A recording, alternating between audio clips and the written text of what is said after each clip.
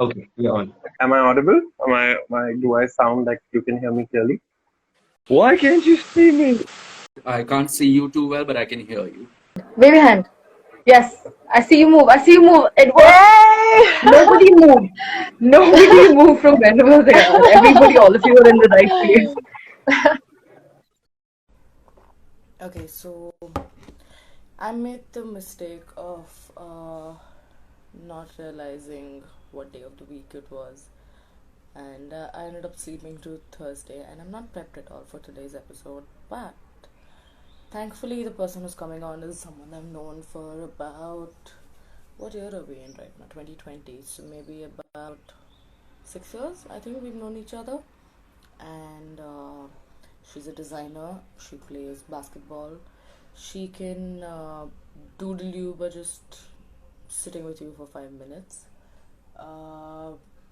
And yeah, I think she's one of my favorite people from a very dark time from my life, because I was in a school I absolutely hated, and she kind of helped me brighten that up a little bit. So I'm going to add Sagarika right now. Hi, How you doing? I'm good. What have you been up Cool. to? So I've been working on a few personal projects right now since I quit my current job. I have a lot of free time with the lockdown, so I'm practicing sketching and a lot of doodles. I might actually just make you while talking to you. You're in Pondicherry. Yeah, I've been in Pondicherry for the past, I think, 8 months, 9 months. For about 8-9 months. Yeah. I'll probably complete a year like if I stay here till August. I didn't realize it was that long. So What's being there and not working? it's been about like a week, and work was like a little hectic, but not that much. I'm more of an indoorsy person anyway, so it's almost the same. Like I will do my things in the morning or in the night, whatever my sleep schedule is like for the day, and I just do chores and be happy. Yeah. So usually I like doodle whatever I see around me, whatever influences me. If I'm around my friends, I'll end up doodling them. I mean, I end up doodling you when I'm around you. Yeah. And these days I've been playing a lot of games online. So games like COD or Paladins or something. And I started sketching all those game characters. And they're so complex. This is the first time I'm trying to sketch game characters. And then I just turn them down to my art style as chibis, and maybe they lose the character. I don't know. Like it's very hard to tone down such complex and detailed characters to cute little basic chibis. I mean, it's really hard to retain that whole identity of it. But I try. I mean, I'm still learning and practicing. That's what it's taking again and again. Of course, I delete like 100 numbers of them, but Yeah. So what medium do you draw? so I usually like sketch it out on paper first because I use a pen tab. It's a Wacom pen tab. So you sketch it on. This is totally not sponsored. Wacom does not sponsor me. I'm very broke. What made you go to NIFT? It's a very fun story actually. Like it starts with how my friend just you might know her, Gurleen. She Yeah. just was like, this is very cool, you're creative, let's do something creative. She was preparing for NIFT full on, and I was just like, what is like, oh, you just have to sketch, this seems nice. And then I went to like a seminar with her for about all of these design colleges. And they were like, oh, you don't have like exams in these colleges, you don't like sketch around. I'm like, oh, that sounds nice. I mean, like, I'm so tired of all these exams and all. That's how I planned on getting the entrance exam. And there was like this really nice dhaba around the whole exam center. I was like, cool, that's like a win-win. That's how like I apparently passed and got a good rank. And that's how I ended up in it. I have no freaking idea what I'm doing there. Okay. Okay. And Few parents. I think your parents about what they were like When you told them. My when dad you was like told them. super excited. Like when my rank came on, he's like screamed. My dad's like, super enthu and all. He screams like, oh my god, you got this rank. I'm like, that's it. He's like, you have to go to NIFT because even with the least amount of preparation, you got into like such a good rank. And I'm like, okay, cool. Maybe you are right. No, I had to struggle so much there, and that was the nightmare of a college. But yeah, And what was your mom? mom was like, okay with it.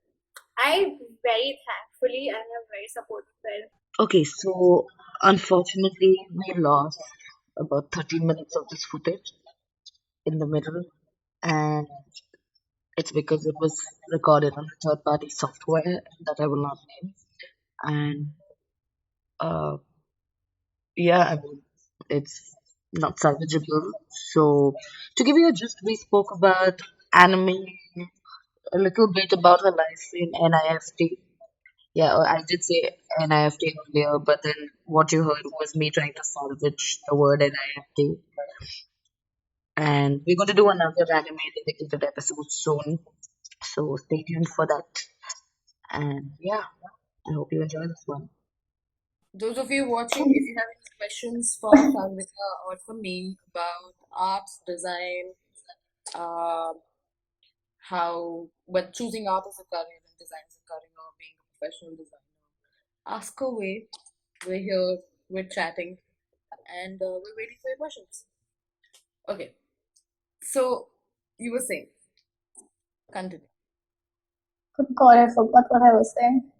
That you guys have this booklet that you work with. Oh yeah, so we learned so much throughout our college, and it's helped me shape so much. Like I remember in my first year, like I was failed because I wasn't presenting my work well enough, and I have never wanted, like, I was a very messy kid. Like, I still am a little messy, and I would leave my workspace a little messed up and all that. But if you do that, like, that's a very nice lesson that I learned. Like, if you present your work better, if you present yourself better while you are presenting your work, that means you respect your work that much. That you want it to be in all its glory and neat and clean. I mean, the artwork doesn't necessarily have to be like neat and clean, but the space around it, the way you present it matters a lot. I failed twice because of that, and then finally I learned my lesson. I mean, I would stress on it so much, I would like panic. So juries were the horror. I think I have like slight PTSD of juries. It's scary. Whenever you're presenting your work, it's just like, Yeah, I get that completely. I still probably would, think twice before putting out a project that I'm or any form of visual or any project in text that I'm putting out. I'd always think 500 times. The other day, I've been trying to write a book, and I may have mentioned this to you like years ago, but it's just been something I've just been thinking about for years and been doing a little bit. And so the other day I was just I lay down in my room staring at my fan, and I just thought, what if nobody buys my book? And I haven't even finished finishing it. Like I'm nowhere close to finishing it. And I was telling my brother that I'm working on a book, and he goes like, when do you start? And I was like, maybe about a month, after we were born. He turns 10 in July. So it's oh been God. months. So, and then he just goes like, that's so embarrassing. And then I just realized that, I need to get my act together and just, present it in whatever way I possibly could.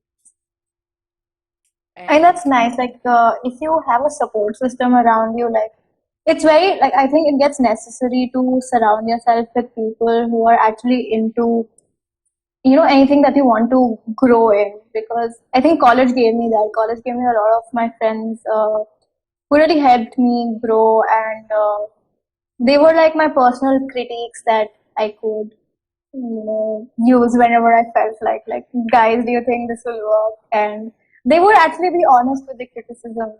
So that was a very nice thing. And watching them also make something was so inspirational that, you would be like, get off your ass and do something, man. Do.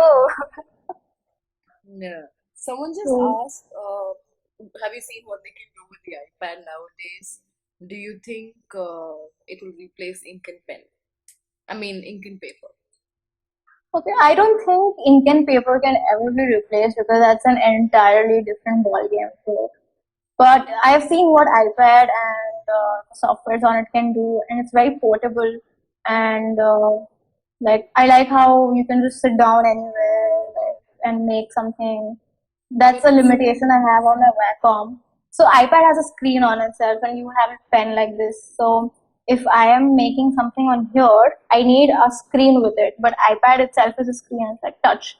So you can just like laze on your couch and doodle something, and it's very smooth. I've used Procreate once, and I would like to use it once I have like enough money with me. But I'm a little broke for iPad, so I'm gonna stick to a Wacom for now. But I don't think it's gonna replace ink and paper anytime soon. But to be I would fair, really not like it to be.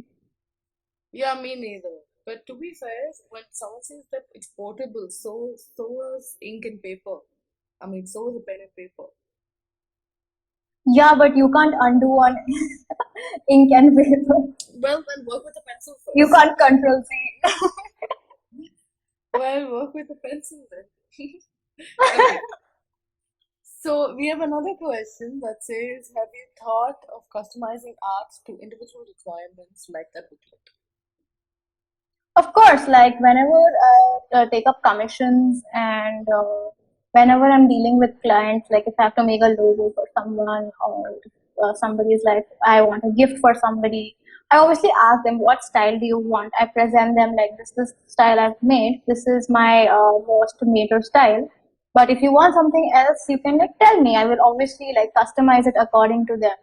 But I will not obviously wholesale it like my batches or anything because that is unique, and I would not use somebody else's idea to reproduce again and again. So I would just like make it uniquely for them. I have made postcards for people. Like a lot of people wanted postcards, and I would ask them what you want.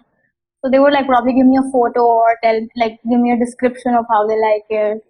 And even with logos or any commercial or corporate graphics.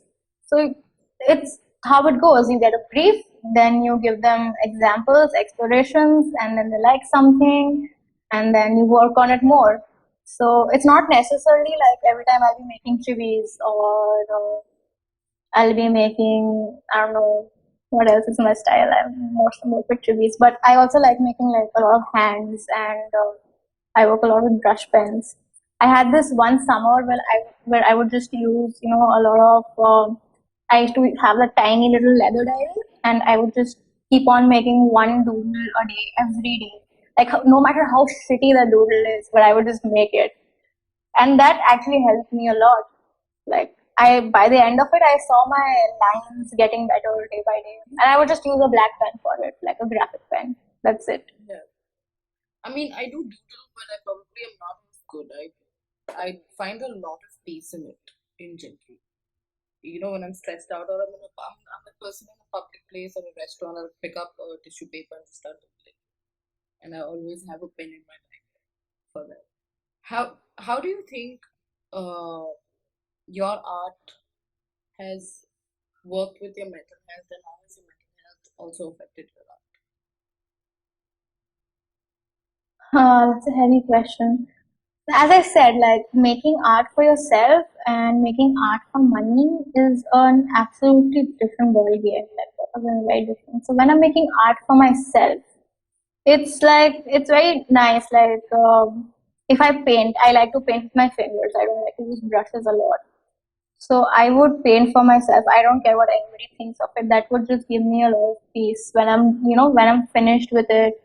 Or I don't care how unproportionate or what I'm doing.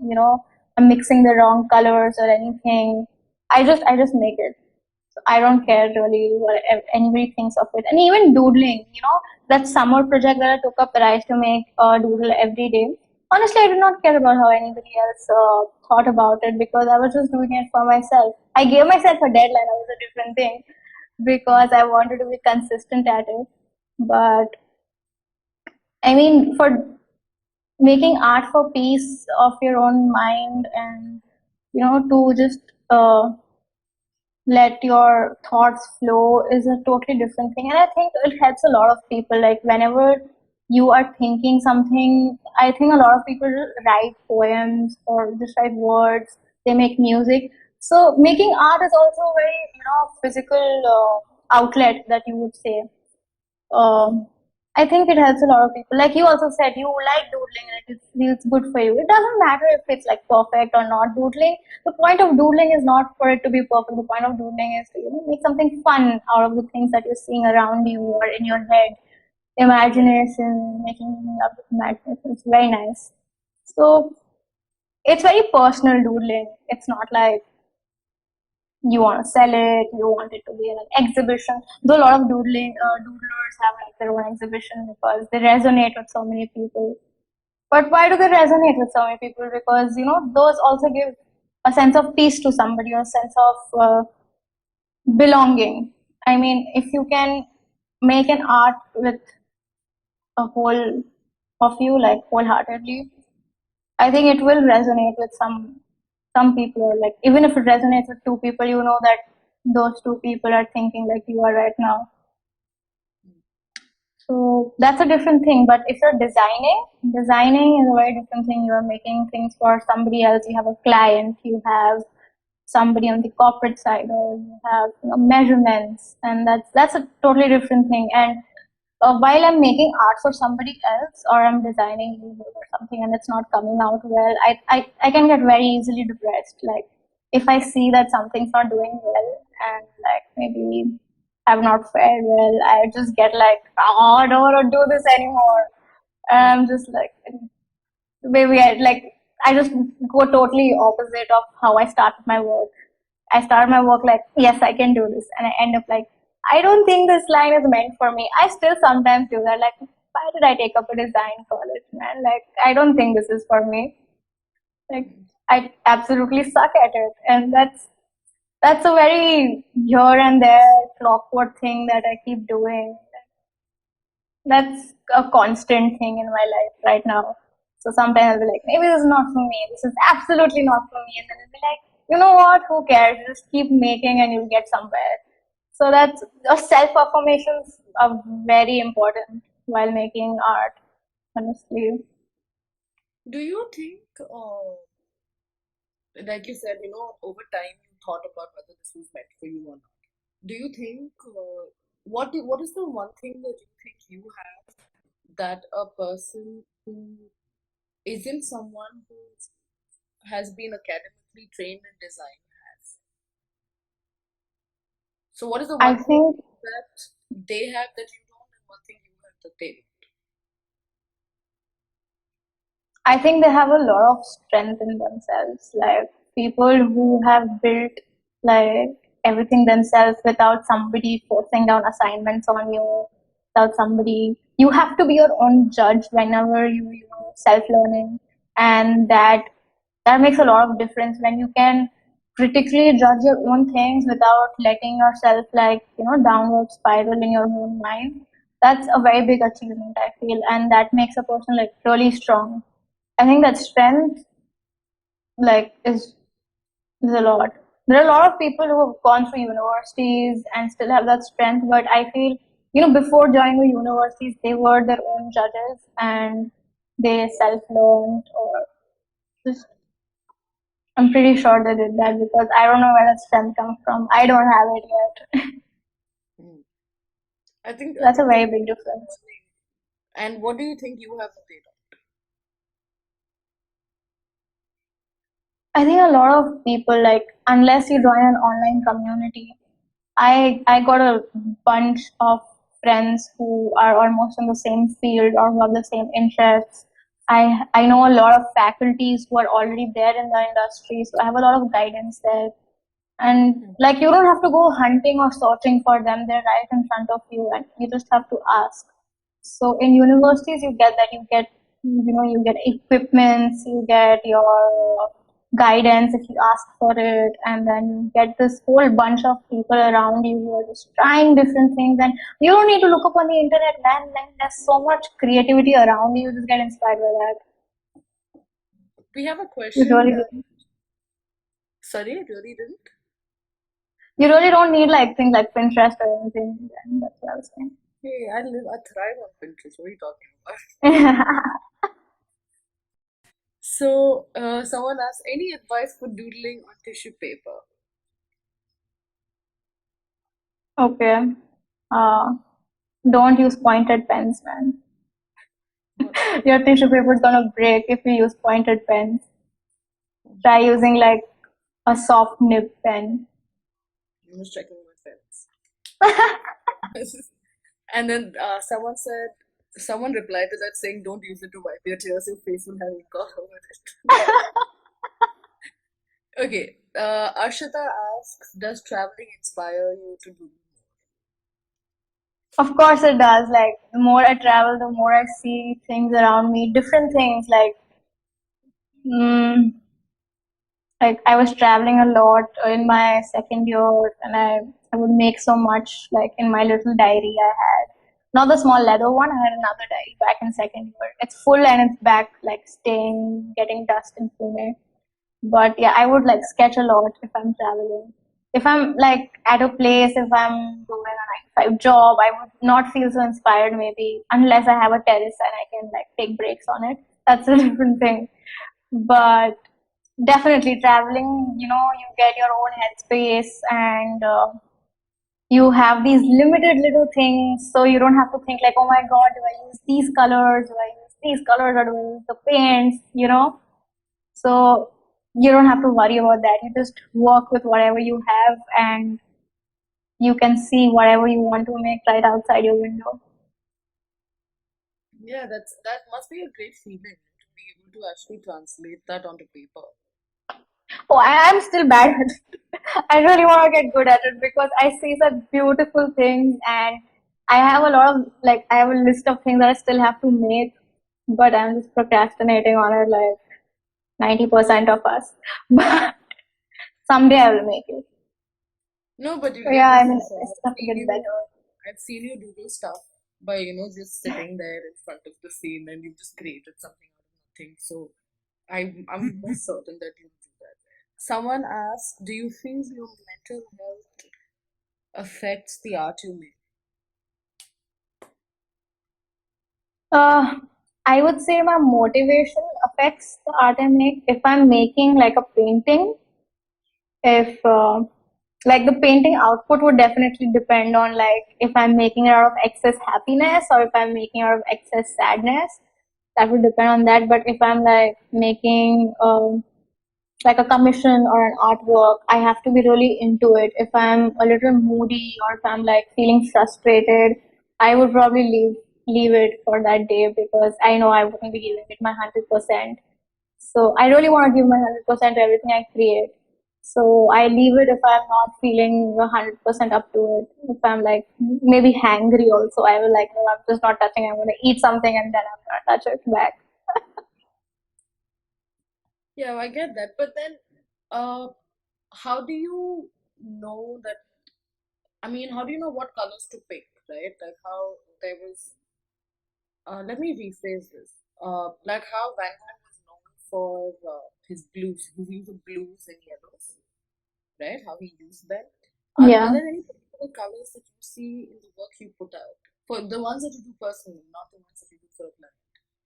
Do you see any of those trends popping up with your work? I think I like to use a lot of grays, like grays, greens, and blues. I like to use a lot of that. So if I'm making something like entirely without a reference, I will definitely start with grays and then blues. So and greens. Like my favorite is teal though. Like if I'm gonna use an accent color, I'm gonna use like a small hint of teal to pop it out. But definitely like darker versions of colors, I like to use them. Would this But count as like if I'm would this wall count as teal? yeah, like a lighter That's shade of teal. no, it grew lighter over the years. So So yeah, but okay. Okay, I get that. You were saying. So, but like if I'm using a reference, like if I'm making a game character and if I'm translating into a chibi, or if I'm making somebody's commission, like if I'm seeing a human being, I will pick colors from there. Like that's what we were taught in our college also. Like, to make a color palette from seeing one photo or a CMG or a person, just a simple color palette, you pick it up and then you translate it into your work. So, being biased is not really an option when you're designing things, because you will obviously have to look at what your brief is and your references and make according to it. Someone asked, what do you think about the really weird artwork, like a banana duck taped to the wall selling for millions? Okay, so this is another thing that I was taught in my college. So I don't know what process went behind that banana duct tape. Honestly, I did not research much upon it, but we were taught how, if you've seen Jackson Pollock's paintings, like, just drip art, like splattered art here and there. Why were they famous? Because the thought that goes behind it, the process that goes behind it, the process is the thing that matters the most for designers and artists. The process is the thing that counts and what makes, the final execution so valuable. So things like, as stupid as that, going for millions, I think there has to be some kind of process behind it. But nowadays, I really don't like. I feel like it's just the question of popularity. Like, if you tell someone this is like really popular, people are just gonna throw money at it. Do you think, do you think there's a way to get around something like that? Hmm, not too sure. I mean, I still find it like stupid how a banana and a duct tape sold for I such. never heard of this. I didn't know this happened. What? I mean, one of my favorite artists had made like a, parody art on it. It was Corgly and Co. So she had made this Corgly stuck to this wall with a duct tape, and it was very cute. I know a lot of artists just think that, like, why, how, like, we work so much on our art, and like, we just, like, there's so many struggling artists in the world, it's not even funny. And things like banana and a duct tape is like making millions. That banana is gonna like rot, I feel, unless, I don't know, some science shit or something. Well, if an egg can get more likes, the most likely is I can just do anything at this point. Someone, See, at that point of time, I just think like it's marketing now. Now, at the end of the day, it's just how you market your thing, and that's something that I've learned with my job that I had, my first job. Like I had my hands into marketing, and how you can play with the hashtags and the social media marketing. There's e-com marketing. There's so much into it. Like the way you portray it, like how it began with the way you present it, the way you say, like, if I say that, let's say, what can I say? If I tell you that I want to sell these to my parents, I don't think they want to buy it. I don't think, like, if I set the client market as my parents or their age, I don't think they even know who Bonobo is. So you have to market your products also right. And as an entrepreneur or a artist who sells their own kind of, own artwork and own merchandise, you have to be really, aware of the marketing trends that's going on, to really put yourself out there, because uh, Instagram and social media is like a really great tool to, put yourself out there, make people get to know, like, you exist. Earlier, there used to be like DeviantArt, Twitter, and not a lot of artists were on Instagram. Instagram was more like a photography portfolio for people, but it's changed so much over the years. And if you get the hang of the marketing tools that Facebook and Instagram offers, then you can really reach to a lot of people. It's sad that you have to pay for it sometimes, but that's how that's what it's come to now. So, do you think there comes a point where you have to, have you ever thought about a time where you might have to protect your art? Because if a lot of the stuff that you do is digital and you're putting it out on a digital platform, what happens to your intellectual property when someone plagiarizes it, but just so much so as just taking a screenshot? Yeah, so I don't put like digital copies of the things that I sell, if anybody notices. So like the batches I've made or the calendars that I've made, I don't have digital copies of them on my Instagram. Mostly like things that I make for maybe somebody who's allowed me to share it, somebody who's commissioned me and allowed me to share it, I'll post it. Or something that I use as practice material, I will share it. And doodles on paper, I will click a photo of them and share it. But it's very likely like a lot of people might just copy it and post it up. I'm not that famous yet that people might just copy and post it up. But even at a collegiate level or school level, or if kids do like copy each other's work, and that's fine. But slowly in college, when you start to get a little more professional, it's not cool. And that's something I've realized in our juries also. Like we could be like given a whole year back if they caught us cheating, or if they found something like if it was taken up from the internet. So originality was like really forced into us, even if somebody didn't have it. Like, you gotta be original or you don't pass, man. Sorry. And how did that pressure really help you in any way? Definitely, even like your whole thought process changes when you look at a picture, when you look at an art, you feel inspired. You just, I don't really like feel like maybe I just, scan over it or make a line art over it. I'm like, I'm gonna look at it, then keep it aside and make something of my own, like from scratch. So I think from the first year itself, I was just like, whatever I do, I should probably just do it on my own. Otherwise, it doesn't even make sense. Like, if I'm not graded on my own work, what is the point? Do you think you can see yourself, you separating yourself from your own art?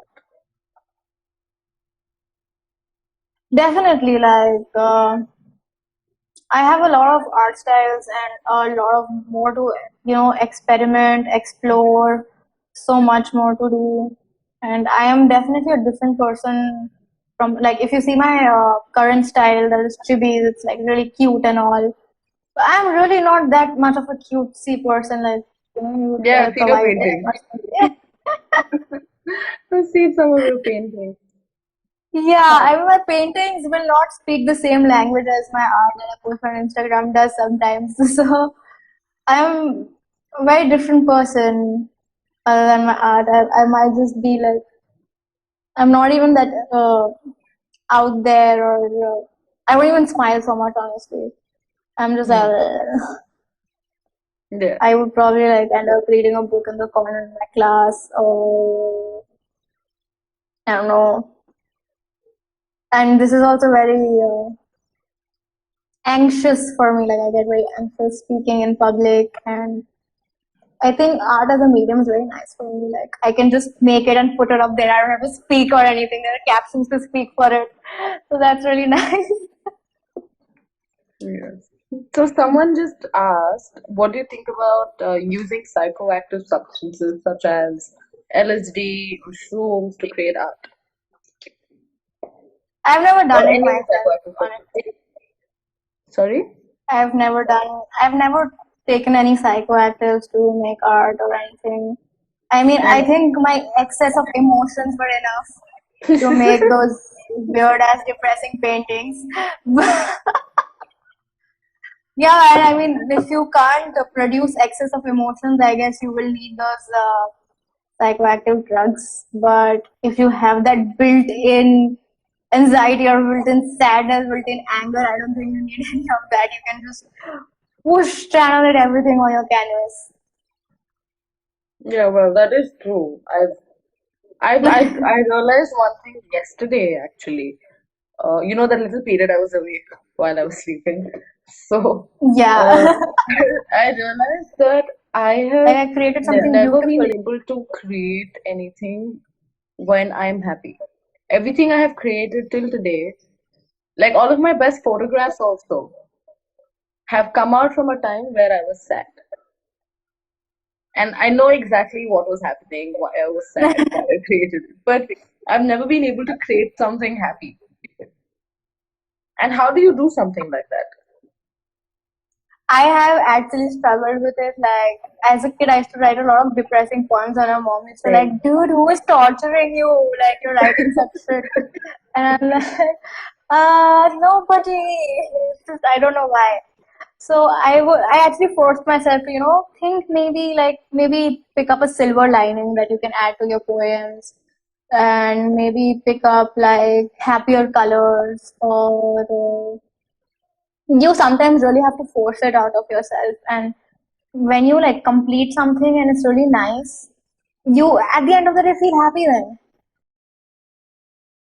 So you just have to force yourself sometimes to create something happy. No, I It did. might actually turn out really nice. No, but that's the thing. I did try that about 5 years ago. My friend gave me a prompt of a unicorn who has been sent to a stable where she lives by herself. And I had to make it a happy poem. And I ended up setting fire to the stable and killing the unicorn and discussing how her soul remained out there for I don't know how long. So That it's a process, I think.